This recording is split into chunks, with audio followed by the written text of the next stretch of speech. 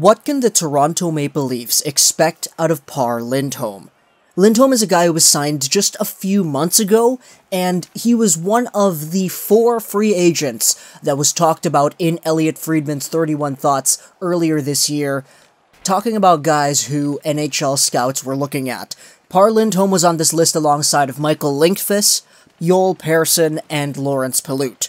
So Lindholm, he went to the Leafs a few months ago, and I'm here trying to give you guys an insight as to what exactly he could provide. Because assuming he makes the Leafs, assuming he doesn't get sent down to the Marlies, and that he maintains a strong NHL presence within the lineup, he will basically be a really good bottom 6 PK two-way player. Because that's what he is. In the SHL this most previous season, he was able to finish 4th in total points, behind his Skellefteå AIK teammate Joakim Lidström, Ryan Leitch of the Frölunda Hockey Club, and Elias Pettersson. Lindholm grabbed himself 47 points in 49 games, with 18 goals. His incredible top line of Joakim Lidström, Pär Lindholm, and Oscar Moller was able to grab themselves each a top 9 spot in the SHL scoring race. So he was surrounded by really good players. Skellefteå AIK was a great team, and Lindholm was a guy who was scouted by NHL teams. So had he not gone to Toronto, he most likely would have gone to some other NHL club.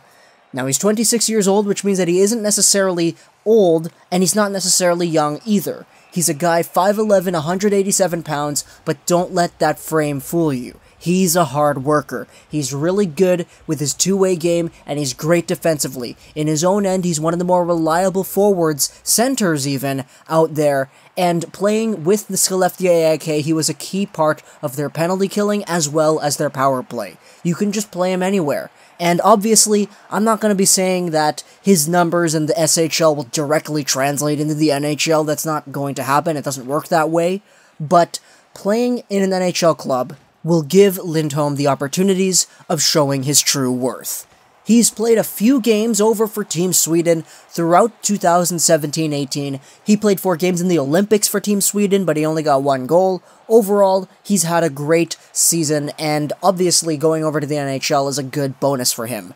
So where exactly does he slot in? Well, he's a center, so there's no way he's beating out Kadri, Matthews, or Tavares, so he will most likely be the 4th-line center.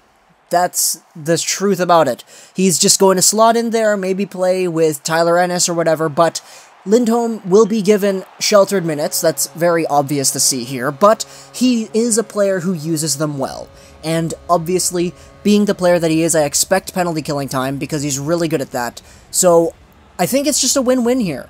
I don't see any problems with this. I don't think that this is a bad thing. I was a fan of the signing right when it happened a few months ago. And Lindholm, obviously, because I, as a Vancouver Canucks fan, have been following the SHL this entire season due to a certain prospect with the last name starting with a P, it's easy to see this and say, oh my goodness, I'm really happy for him because he was doing really well with Skellefteå and now he's going to have an opportunity to shine in North America. That's really good for him, and honestly, I could totally see him converting on a really good pace towards becoming a solid NHLer.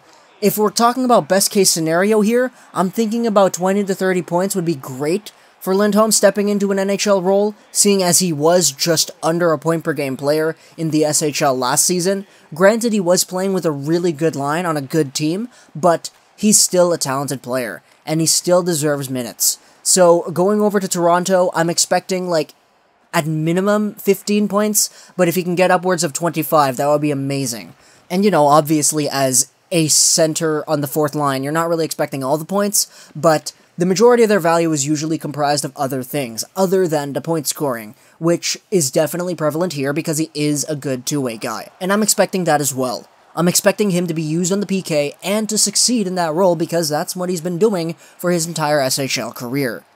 So, overall, he's a solid pickup, and I think that he'll definitely have an opportunity to prove himself on an NHL platform because he's done so much in the Swedish Hockey League that now it's time to take the next step.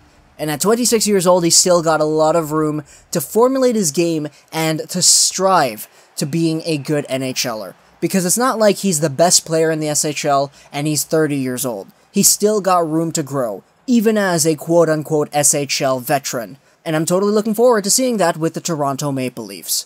Hope you guys enjoyed. This video is your plus /sign gaming, and bye.